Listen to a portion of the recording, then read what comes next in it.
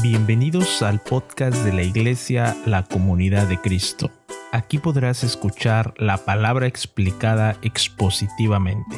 Si quieres conocer más de esta comunidad bíblica, te invitamos a que nos visites en nuestra página www.ccc-online.org.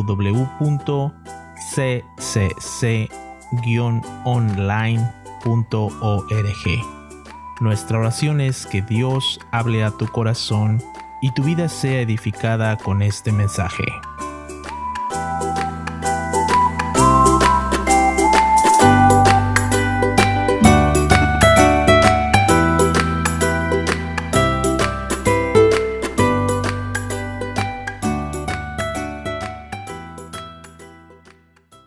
Muy bien, bienvenidos esta mañana. Qué gusto poder compartir la palabra con ustedes hoy. Creo que dentro de la escuela dominical nos dimos cuenta de la importancia que tiene la adoración corporal, o sea, la adoración como cuerpo.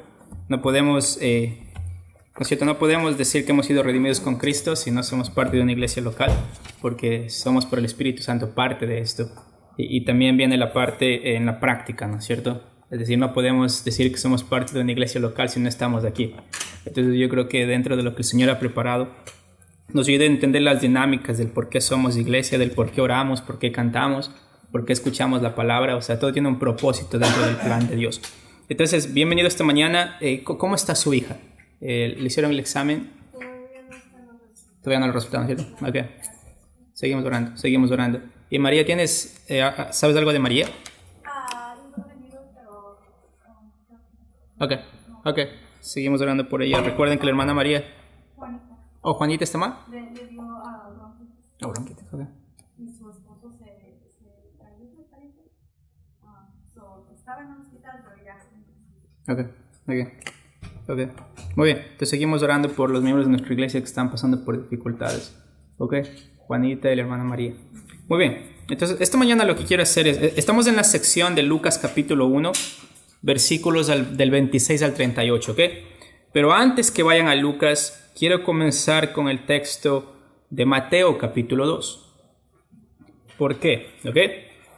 En Mateo capítulo 2 está la narrativa acerca de la visita de los sabios del Oriente a Jesús, ¿ok? Y cuando los sabios del Oriente vienen...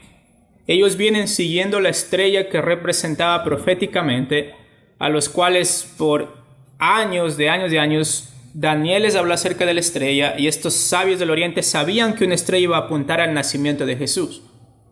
Entonces en el capítulo 2 de Mateo nos dice que cuando Jesús nació en Belén de Judea, en días del rey Herodes, vinieron del oriente a Jerusalén unos magos, ¿ok? Le llaman magos, pero la connotación de mago en nuestro tiempo es diferente, entonces por eso yo les llamo sabios, porque no eran magos como los conocemos ahora. Eran personas sabios que estudiaban las estrellas no como astrólogos, sino como astrónomos, ¿ok? Eran gente de ciencia, eran los científicos de la época, ¿ok?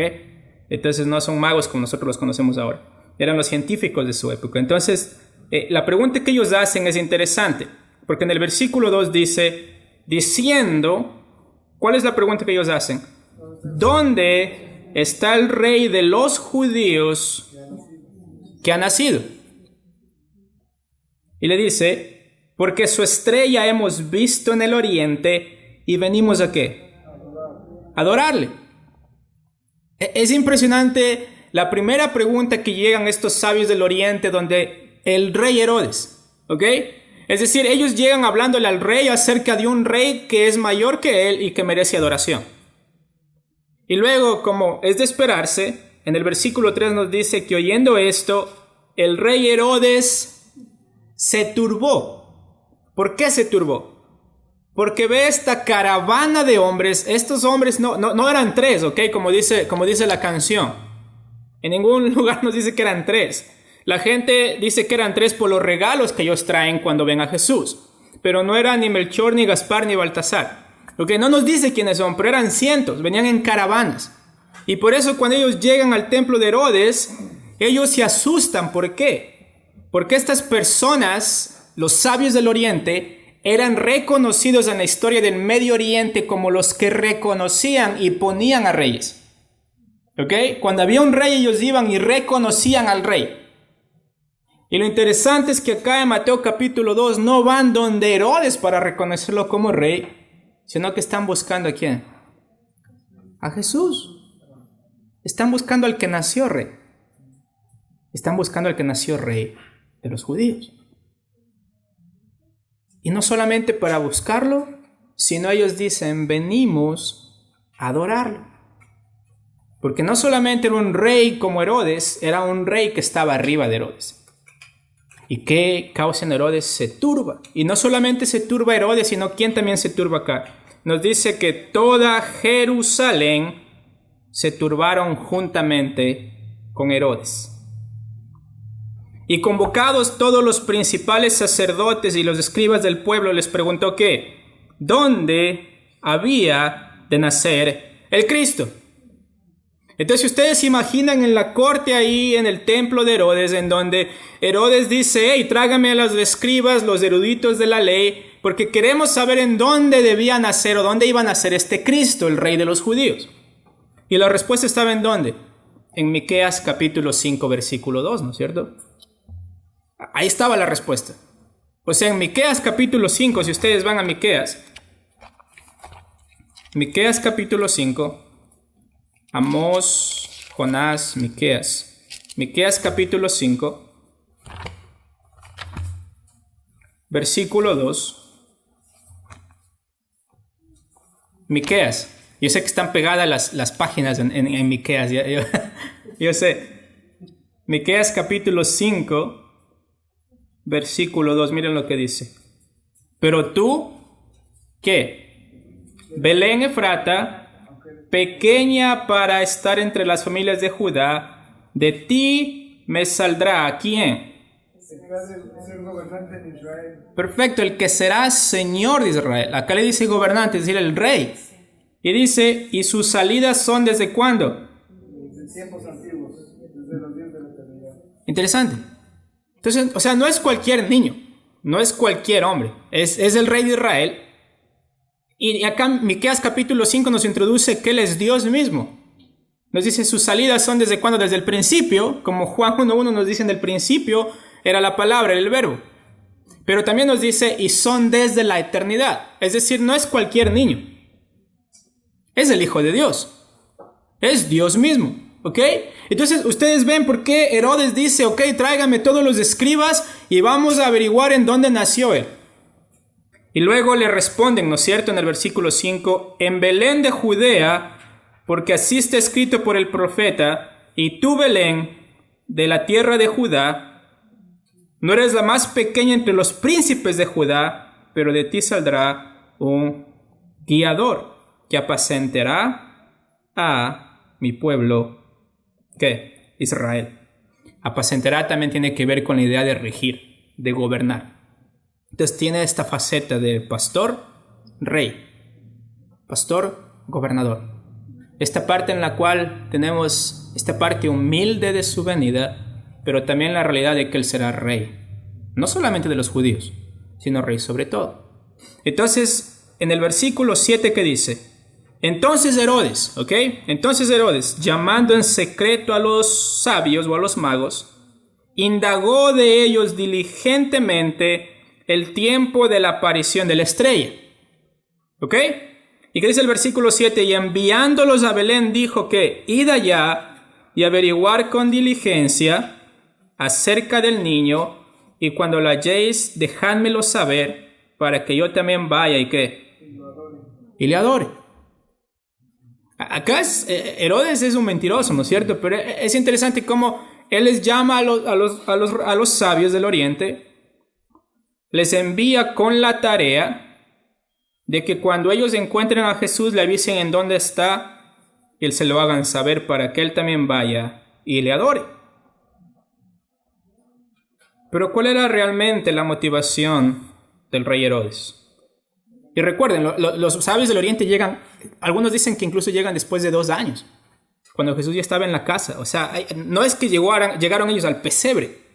Ellos ven la estrella y les toma tiempo viajar. Ok, ellos vienen de la parte de Babilonia. Entonces ellos están viajando a Jerusalén. Entonces toma tiempo que ellos lleguen. Cuando llegan, Herodes les dice, miren, avísenme a mí para que cuando ustedes lo vean yo vaya y le adore. Pero ¿qué dice el versículo 12 de Mateo capítulo 2? Pero siendo avisados por revelación en sueños que no volviesen a Herodes, regresaron a su tierra por otro camino. El Señor les dice, miren, no, Herodes quiere matar a Jesús. Él no quiere adorarle. Y luego el versículo 13 dice que después que partieron ellos, de aquí un ángel del Señor apareció en sueños a José y le dijo, levántate y toma al niño y a su madre y huye a Egipto y permanece allá y permanece hasta que yo te diga, porque acontecerá que Herodes buscará ¿a quién? Al niño para matarlo. ¿Por qué hacemos toda esta introducción, mis hermanos? Porque en Lucas capítulo 1, la introducción acerca del anunciamiento de el nacimiento de Cristo Jesús no viene en el contexto de un rey reconocido por el mundo. No viene en un contexto de un rey de que el mundo va a venir y va a postrarse y va a adorar. No viene en el contexto de una familia real en ese tiempo como era el rey Herodes. Es decir, el Señor Jesús no era descendiente de Herodes, no era descendiente del César. Si uno se imagina que va a venir un rey, uno esperaría que venga de la realeza que existe en ese tiempo. Pero Lucas capítulo 1, versículos 26 al versículo 38, nos va a introducir, mis hermanos, a la realidad de que el anunciamiento del nacimiento de Jesús o el anuncio del nacimiento de Jesús se da en un contexto total de humildad. ¿Ok? De humildad. No existe absolutamente nada en esta tierra que demostró que el nacimiento de Jesús fue reconocido por todos los reyes de la tierra o que vinieron personas y reyes de diferentes países a visitarlo. No. O sea, estaba totalmente desapercibido por las personas que querían matarlo, incluyendo Herodes, pero también por las personas que dejaron de ver la palabra acerca del nacimiento de Jesús.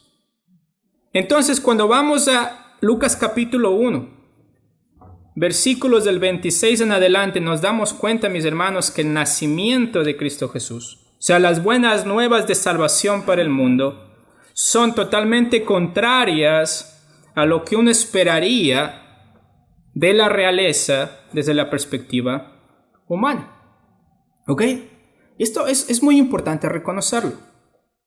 Porque nosotros como seres humanos estamos propensos a buscar ¿qué? El reconocimiento desde la perspectiva del mundo.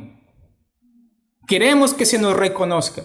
Queremos que vean que estamos haciendo bien las cosas. Queremos que se conozca mi nombre. Pero Jesús nos demuestra que incluso en su nacimiento, el nacimiento de él fue tan humilde que nació ¿en dónde? En un pesebre. Pero antes de eso nos demuestra que cuando se anuncia el nacimiento de Jesús, no viene hacia la hija de Herodes o hacia la hija del César. ¿Viene hacia quién? Y miren lo que dice el versículo 26 de Lucas capítulo 1. Al sexto mes, nos dice, el ángel Gabriel fue enviado por Dios a una ciudad, ¿de dónde? De Galilea. ¿Ok? A una ciudad de Galilea llamada Nazaret. Lo único que nos pone acá en contexto es la ciudad que se llama Galilea, y una pequeña aldea que se llama Nazaret. ¿Por qué es interesante esto? Porque miren Juan capítulo 1. ¿Ok? Juan capítulo 1. ¿Ok? Miren lo que dice acá. Juan capítulo 1, versículo 43. El Señor Jesús está hablando con sus discípulos, ¿ok? Está escogiendo a sus discípulos. Y comienza a caminar después del bautismo, después de su bautismo en agua a través de Juan. Y empieza a caminar buscando y escogiendo a los que van a ser sus 12 discípulos. Y en el versículo 43 dice esto, de Juan capítulo 1. Lo tenemos, ¿no es cierto? Juan capítulo 1. El siguiente día quiso Jesús ir ¿a dónde? Galilea. A Galilea. ¿Ok? Quiere ir a Galilea. Y dice, y halló a Felipe y le dijo, sígueme. Y Felipe era de Bethsaida, la ciudad de Andrés y Pedro. Y Felipe halló a Natanael y le dijo, hemos hallado a aquel de quien escribió Moisés en la ley, así como los profetas, a Jesús, el hijo de José, ¿de dónde? De Nazaret. Entonces acá no está el hijo de José de Babilonia o el hijo de José de Roma. Acá nos dice hay una aldea pequeñita que se llama Nazaret. Pero el problema no es que es una aldea pequeñita. ¿Cuál es el problema? Miren lo que dice en ese mismo versículo. Versículo 46, ¿lo tienen? Natanael le dijo ¿qué? Wow. De Nazaret puede salir algo bueno. ¿Ok? Leamos eso nuevamente. ¿De Nazaret puede salir algo bueno? Esa era la percepción del tiempo en cuanto a Nazaret. No tanto en cuanto a Galilea, porque si ustedes ven acá, Natanael era de Galilea, pero era de otra ciudad. Pero ¿qué dice acá? Miren, específicamente no existe nada bueno que pueda salir de la ciudad de Nazaret. Esa era la perspectiva del tiempo. Eso era lo que la gente pensaba de esta pequeña aldea. Y cuando nos menciona en Lucas capítulo 1, nos habla de que al 6º mes del embarazo de Elizabeth con Juan el Bautista, un ángel, mis hermanos. Nazaret no era importante para el mundo, ni siquiera para los mismos judíos. Pero era importante ¿para quién? Para nuestro Señor. Y es importante porque se ve evidenciado al enviar el ángel Gabriel. Y si ustedes recuerdan, Gabriel había ido a Zacarías, a alguien que no conocían, a alguien que era entre los miles de sacerdotes, para decirle, tu hijo, tú vas a tener un hijo a pesar de ser viejo, y tu esposa a pesar de ser estéril. Y el ángel Gabriel le dice, te vas a quedar mudo por no haber creído las palabras que te dije. Y escoge a esta familia. Que ni siquiera, o sea, nadie sabía quiénes eran ellos. ¿Ok? Sabemos el nombre porque la Biblia nos lo dice. Y ahora con Jesús mismo, Jesús envía un ángel, a ángel Gabriel específicamente, que estaba determinado para dar estos mensajes importantes tanto a Daniel como a Zacarías y ahora a María, a una ciudad insignificante, a una ciudad que incluso los mismos judíos decían, algo bueno puede salir de Nazaret. ¿Ok? Qué gran lección, ¿no es cierto? Qué gran lección para nosotros como creyentes, simplemente iniciando la narrativa del anuncio de Jesús. Porque desde el nacimiento de Jesús y dentro de la soberanía del Señor de permitir que Jesús nazca en una ciudad, que ellos decían, nada bueno puede salir de esa ciudad. Absolutamente nada bueno. Y Dios dice, no, de esa ciudad va a salir el bueno, Jesucristo. Y lo que me encanta es que dice a una ciudad de Galilea llamada Nazaret, y luego viene el versículo 27 ¿a quién? A una virgen desposada con un varón que se llamaba José, de la casa de David, y el nombre de la virgen era María. Entonces, el contexto del nacimiento de Jesús, mis hermanos, viene en un contexto de humildad. ¿Ok? Gente desconocida, en ciudades que la gente no espera que nada bueno salga de ahí, viene el nacimiento del Salvador del mundo. Y viene a una muchachita, a una jovencita, que nos dice que estaba desposada, es decir, se había comprometido para casarse con este hombre. Todavía no estaban viviendo juntos, todavía no se han casado. Ella todavía seguía siendo virgen, no había conocido a un hombre todavía. Y nos dice que el esposo se llamaba José. Pero ¿qué es lo importante acá? La descripción de María en cuanto a quién pertenece ella. Dice que ella era de la casa de David. ¿Ok? Es decir, María es importante acá, no necesariamente por lo que María hace o deja de hacer o por lo que María es, sino por de dónde viene ella, que es descendiente de la casa de David. Y David tampoco es importante en sí mismo, sino él es importante ¿por qué? Porque el Señor le hizo una promesa a David de que de él iba a salir el descendiente que se iba a sentar en el trono de él, Jesucristo. Entonces vemos como dentro de estos orígenes humildes del nacimiento de Jesús nos va demostrando que no es la persona la que debe ser exaltada, tanto José como María. ¿Por qué? Porque los lugares son insignificantes, las personas son insignificantes. Estas personas tienen el propósito de apuntarnos ¿a quién? A Jesucristo.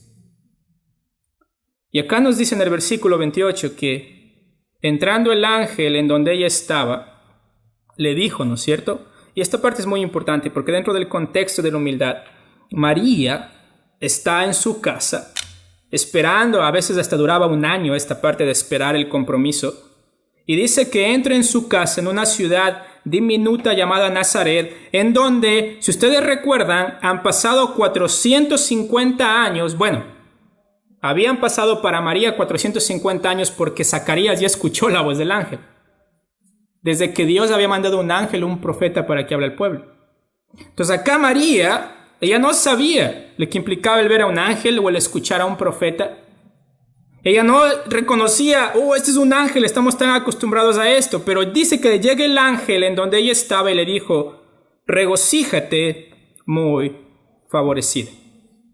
En sus versiones dice, salve, muy favorecida. Pero el ángel llega donde la mujer, y el mandato que el ángel le da a la mujer es regocíjate. ¿Por qué? Porque eres muy favorecida. ¿Ok? Y dice, el Señor es contigo, bendita tú entre las mujeres. ¿Ok? Regocíjate, salve. ¿Por qué? Porque eres favorecida. ¿Qué significa esto de que eres favorecida? El Señor es contigo. Y el hecho que el Señor es contigo hace que tú seas bendita entre las mujeres. Y algo, mis hermanos, que es una gran lección de humildad para nosotros es el hecho de reconocer que María sabía que ella no era nada. Vivía en una ciudad insignificante.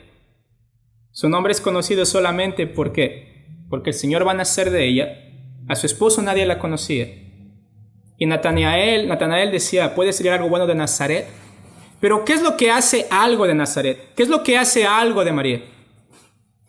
El Señor Jesucristo, irrumpiendo en la historia de María, reconociendo que María es favorecida, no porque ella tiene algo que atrae a Dios, sino porque el Señor ha derramado gracia sobre la vida de ella.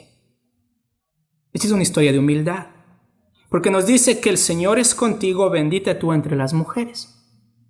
¿Qué podía ofrecer María al Señor que le hiciera recipiente de la gracia de Dios? Absolutamente nada. Y la historia nos dice que no había nada que Nazaret podría ofrecer. Es decir, Nazaret representaba la incapacidad de cada ser humano de ofrecer algo a Dios para su salvación. La incapacidad de cada mujer y hombre en la historia de la humanidad de decir yo soy algo, yo soy alguien. Dios, yo me merezco tu gracia. Es decir, la historia del nacimiento de Jesús comenzando con María implica la realidad, mis hermanos, de que si nosotros nos regocijamos es porque hemos sido recipientes de la gracia de Dios sin merecerlo, siendo insignificantes, no teniendo un nombre que la sociedad conoce, no teniendo un nombre que está siendo mencionado entre reyes, pero siendo reconocidos por el único rey que importa, el Rey de los cielos, nuestro Dios. Y miren lo que dice acá. Dice que cuando ella lo ve, y esto es algo muy importante, o sea, ver la humildad de María. Dice, entonces el ángel le dijo le dijo en el versículo 29, mas ella cuando le vio, ¿qué pasó? Se turbó. ¿Les parece algo conocido? Miren el versículo 12 del mismo capítulo de Lucas. ¿Lo tienen? Lucas capítulo 1, versículo 12. Nos dice que se turbó Zacarías al verle y le sobrecogió el temor. Ahora en el versículo 29 nos dice, mas ella cuando le vio se turbó. ¿Por qué? Por sus palabras. Porque viene un ángel rodeado de luz, no por la luz del ángel, sino porque es el reflejo de estar en la presencia de Dios. Y dice que se turba por lo que él dice.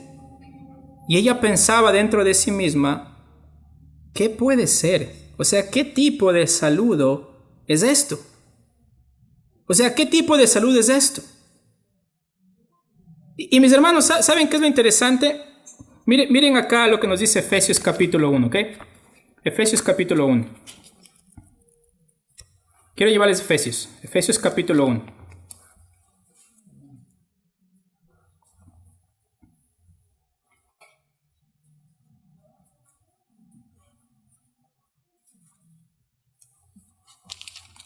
¿Lo tenemos? Muy bien, vamos a leer desde el versículo 3, ¿ok? Efesios capítulo 1, versículo 3.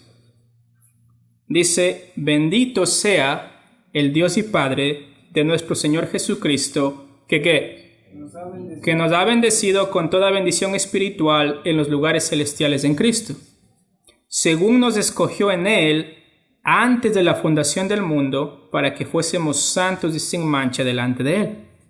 En amor, habiéndonos predestinado para ser adoptados como que hijos suyos por medio de Jesucristo, según nuestras buenas obras. No, dice según el puro afecto de su voluntad, para alabanza de la gloria de ¿qué? De su gracia. Y esta gracia, ¿qué es lo que nos hizo?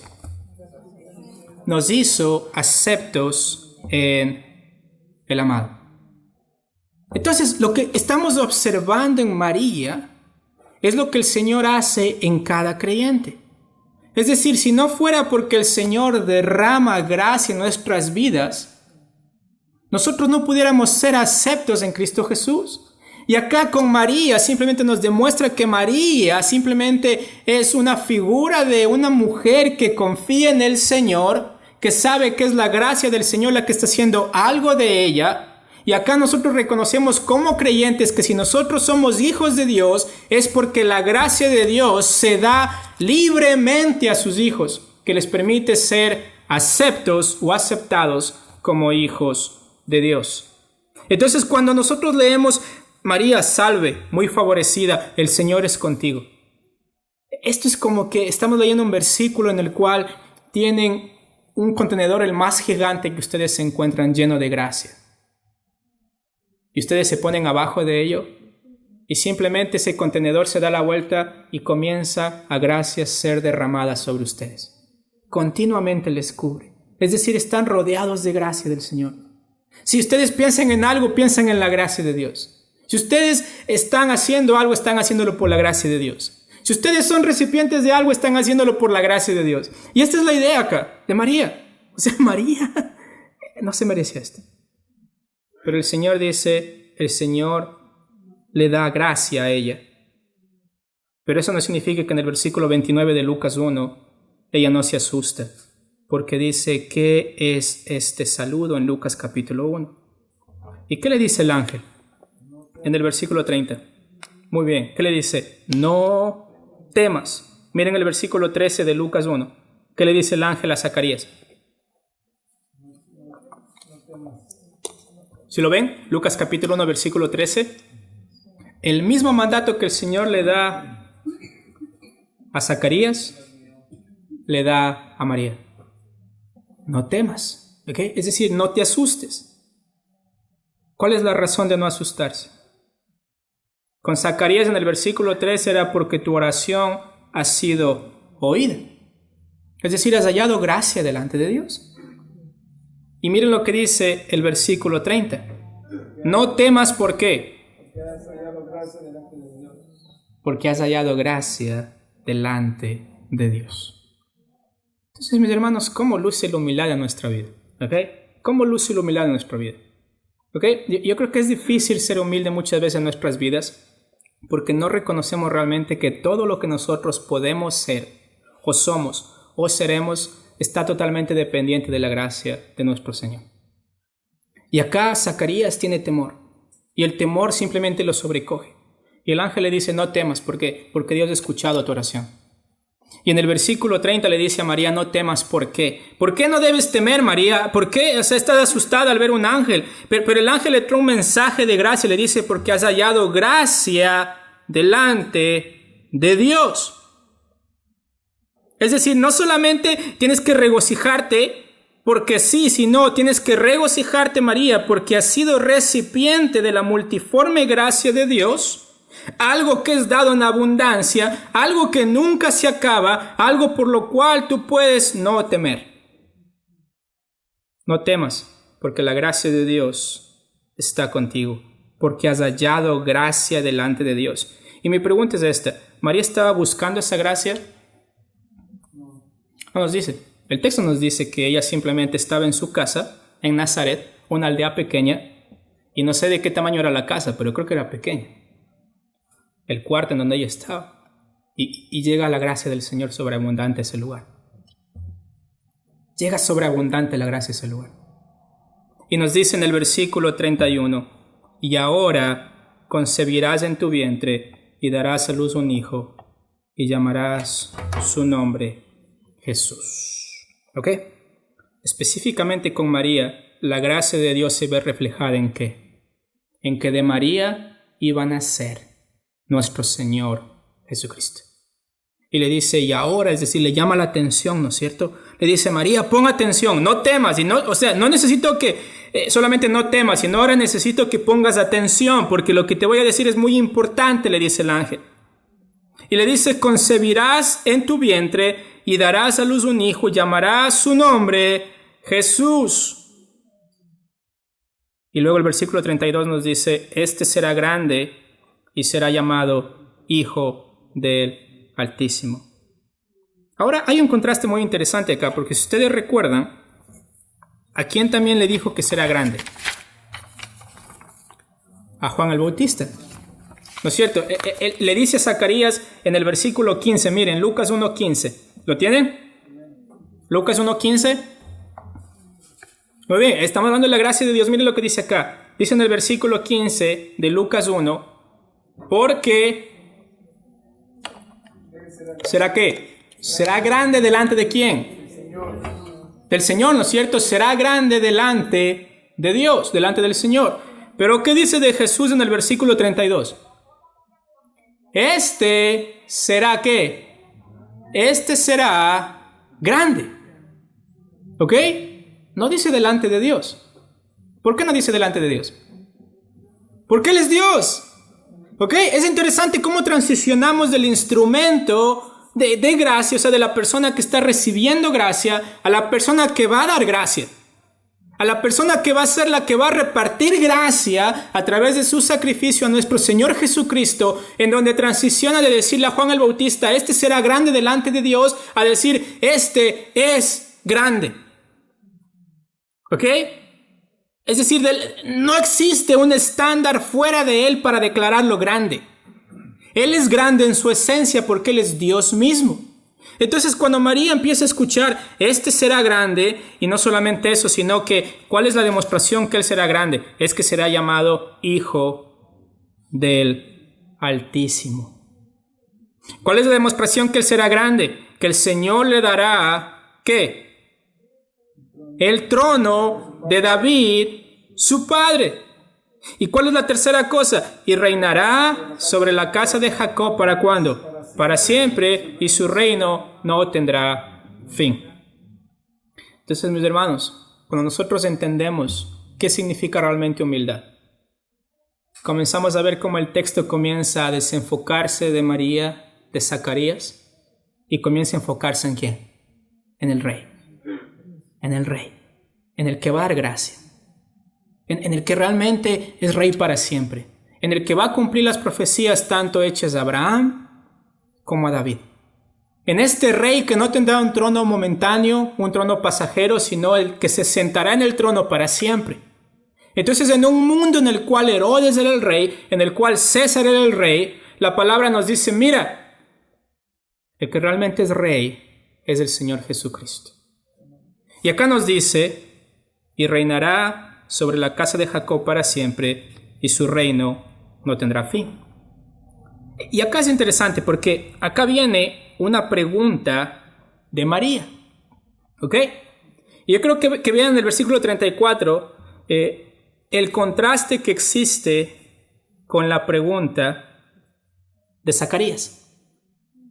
¿Cómo luce una persona humilde cuando entiende realmente lo que el Señor está haciendo en gracia en la vida de él? Miren lo que dice Lucas capítulo 1 versículo 18. ¿Ok? Dijo Zacarías al ángel, ¿qué? ¿Cómo podré saber esto? ¿Cómo conoceré esto? ¿Por qué? Si yo soy anciano y mi mujer es de edad avanzada. Porque soy viejo y mi mujer es de edad avanzada. Y el ángel responde, yo soy Gabriel. Como diciendo, ¿por qué dudas? ¿Por qué dudas? ¿Ok? Es una pregunta que duda de que el Señor puede hacer algo, aún a pesar de sus limitaciones. ¿Ok? Es una pregunta que está cuestionando realmente si el Señor puede o no puede hacer algo. Pero ahora miren lo que dice con María. ¿Lo dice? Entonces María pregunta, ¿cómo será esto? Pues no conozco varón. O sea, esta parte es interesante. ¿Por qué? Porque Zacarías y su esposa podrían procrear un hijo debido a que los dos estaban casados. Ella era mujer, él es hombre. Naturalmente, biológicamente, ellos pueden procrear y dar a luz un hijo. Y el Señor le había dicho a Zacarías, el ángel le dice a Zacarías, mira, el Señor respondió a tu oración. Ellos estaban orando por esto. Pero María no estaba orando, Señor, permíteme concebir un hijo sin estar casada. Ella era humilde, ella nos dice que es una mujer que realmente es bendita entre las mujeres debido a la gracia que recibe del Señor. Entonces María hace una pregunta válida en cuanto a cómo va a suceder esto si yo no estoy casada. ¿Ok? No es una pregunta de falta de fe, más bien es una pregunta que está reconociendo, yo sé que tengo que cumplir esto, pero ¿cómo va a suceder? ¿Ok? No es una pregunta de cuestionamiento. Es una pregunta de yo quiero obedecer, pero ¿cómo voy a hacerlo? ¿Ok? No es una cuestión de no querer o de no tener la voluntad de hacerlo porque ya le ha dicho el ángel, gracia sobre gracia ha caído sobre ti. Ella reconoce que es un instrumento de parte de Dios. Pero cuando viene el mandato, la imposibilidad es que bíblicamente ella no podía tener un hijo a menos que se case con José. Pero luego, ¿qué le dice el ángel? Respondiendo el ángel le dijo que el Espíritu Santo vendrá sobre ti y el poder del Altísimo te cubrirá con su sombra, por lo cual también el santo ser que nacerá será llamado Hijo de Dios. ¿Ok? Es la única vez en la historia en la cual una mujer va a dar a luz sin haber estado con un hombre. Y no solamente eso, sino es la única vez en la historia que Dios mismo, en la persona del Espíritu Santo, hace esta obra milagrosa en la vida de María, para que, como dice el versículo, este sea un santo ser, sin pecado.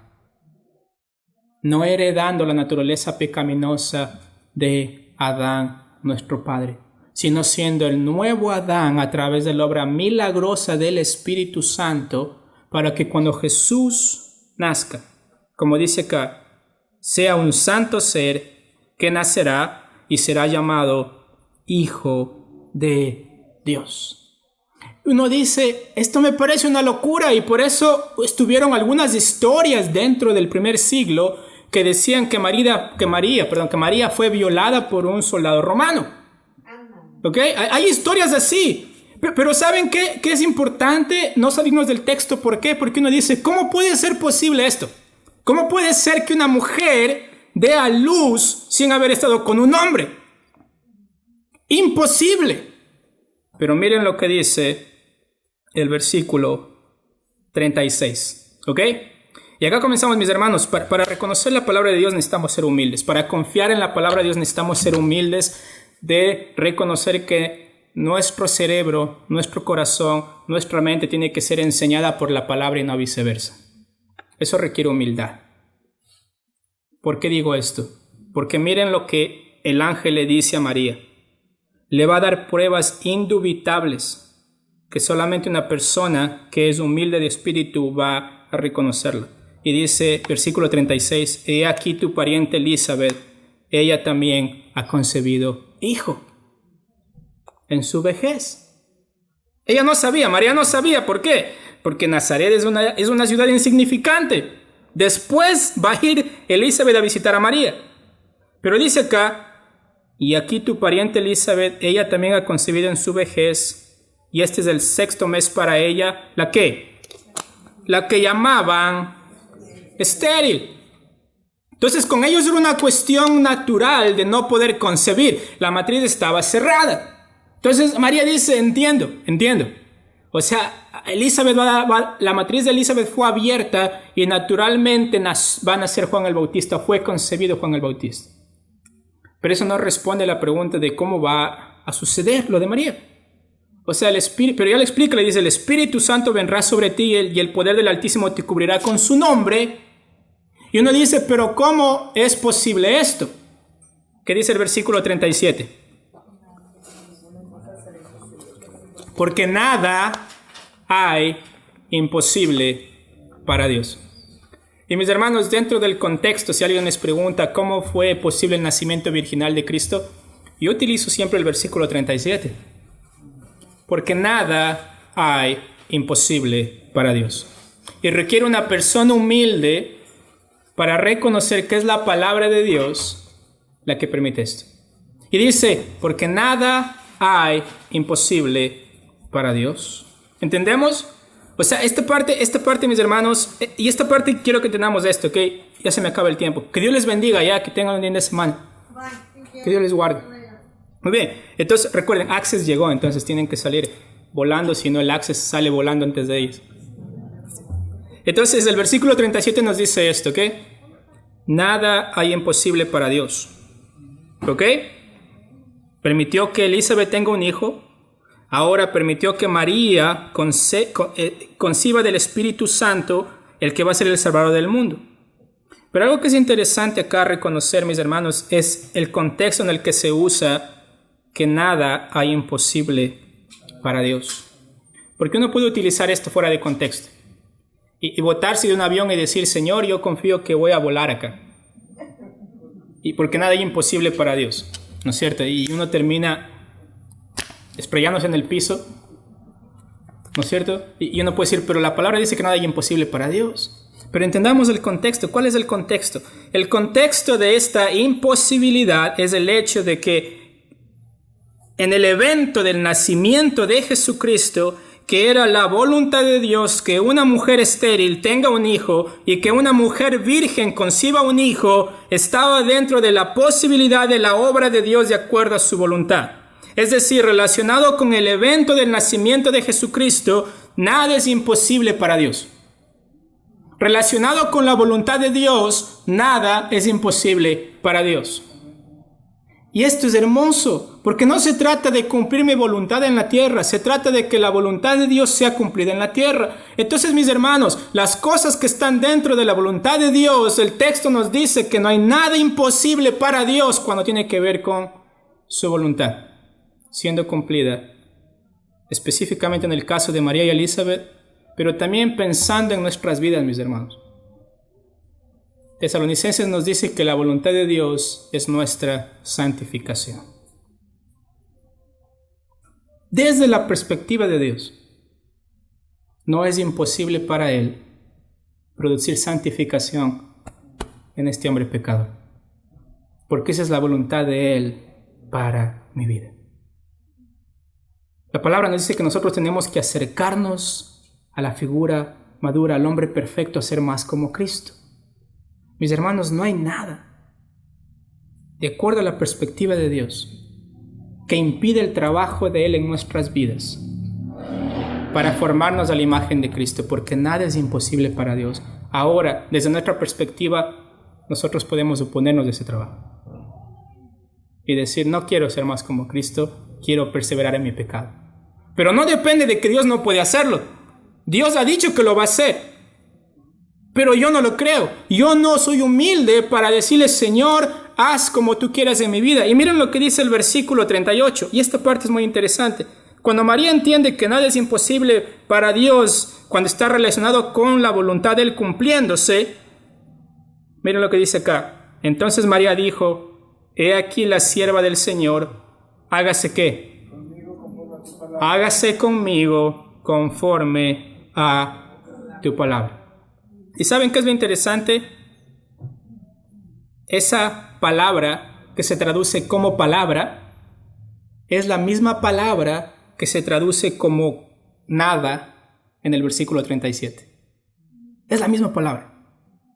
Es la palabra rema. No hay nada extra espiritual acerca de esto.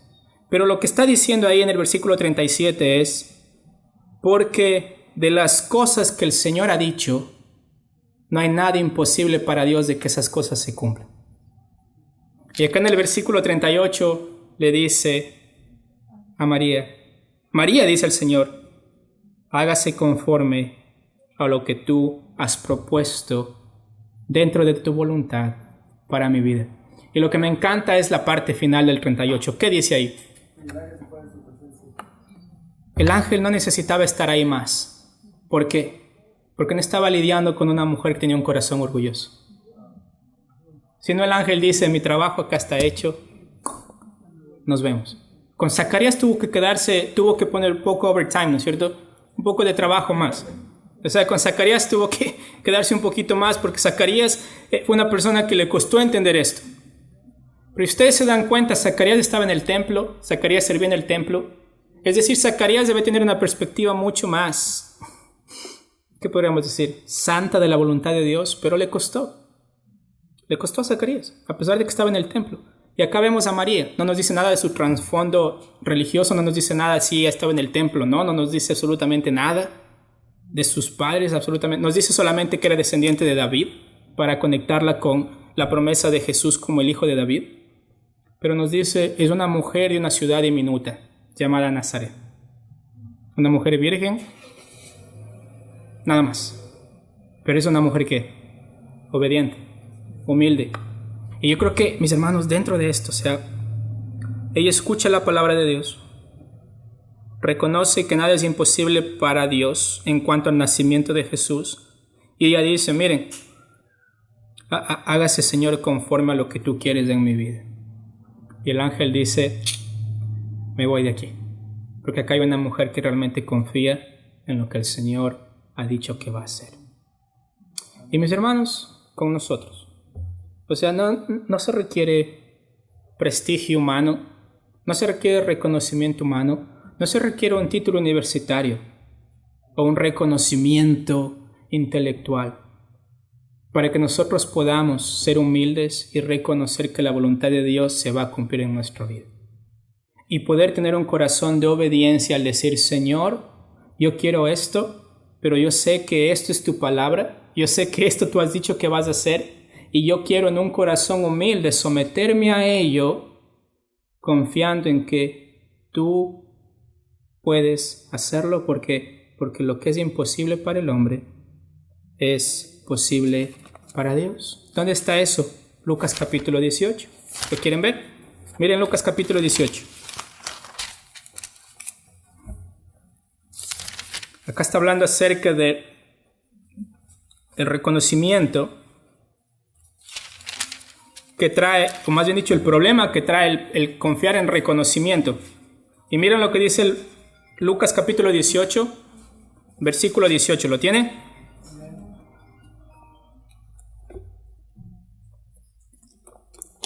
Muy bien, dice, un hombre principal le preguntó diciendo, Maestro bueno, ¿qué haré? ¿Para qué?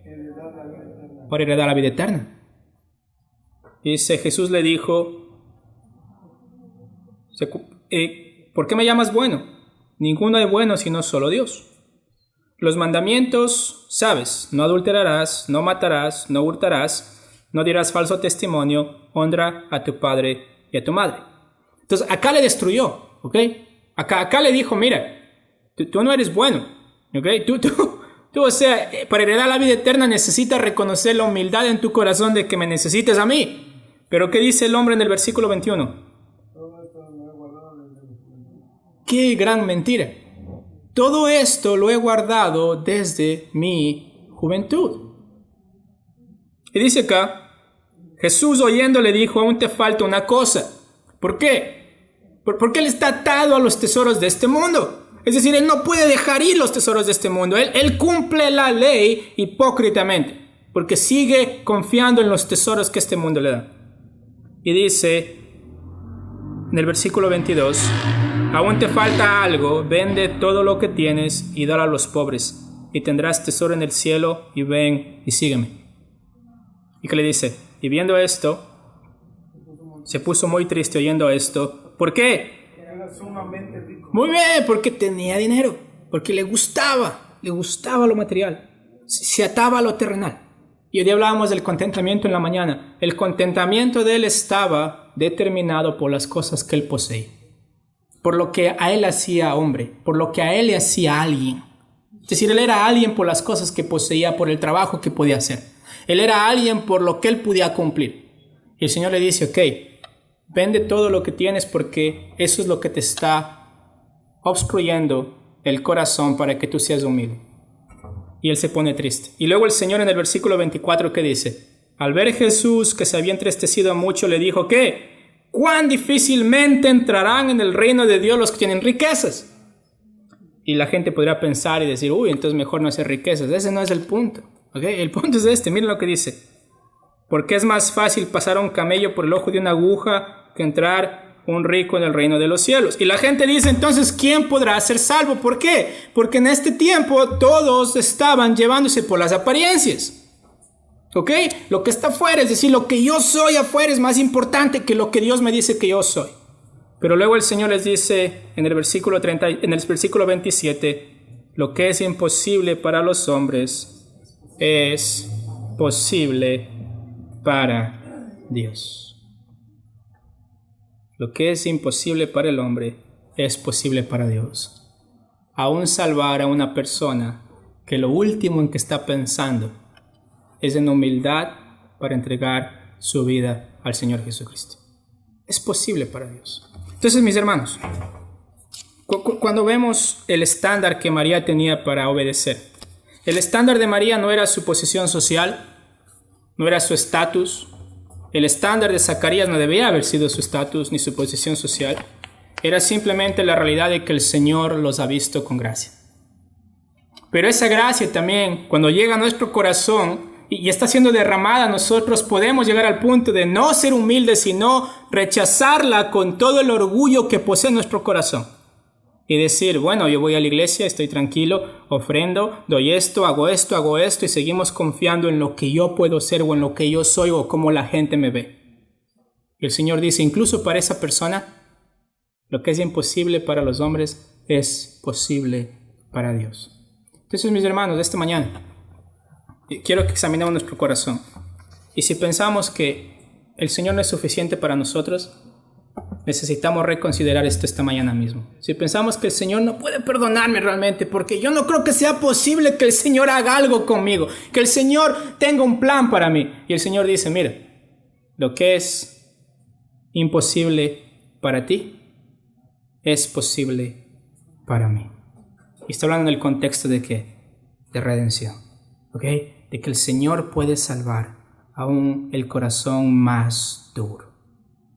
Vamos a orar. Amado Señor, gracias Padre por esta hermosa tarde, Señor. Bendiga este tiempo, Padre, que podamos, Señor amado, esta mañana, con un corazón humilde, Señor, realmente reconocer que nuestras imposibilidades simplemente nos demuestran, Señor amado, que estamos tratando de ganar nuestra salvación, que estamos tratando de hacer algo por nosotros mismos. Permítanos, Padre, al igual que vemos en el corazón de María, el decir, hágase con esta sierva conforme a su voluntad. Y nosotros, Padre, esta tarde queremos reconocer lo mismo. Hágase con nosotros conforme a su voluntad, Señor amado. Reconociendo que, Señor y Dios, no hay nada que se pueda reconocer en nuestra vida como digno de valor. Pero reconociendo, Padre, que en usted, Señor amado, como leíamos de Efesios capítulo 1, Señor y Dios, todo tiene valor. Que en usted, Señor y Dios, nosotros llegamos a ser coherederos de la gracia juntamente con Cristo Jesús. Llegamos a recibir todas las bendiciones espirituales en Cristo, Señor y Dios. Nada de eso se asemeja con las cosas que este mundo puede ofrecer, Señor amado.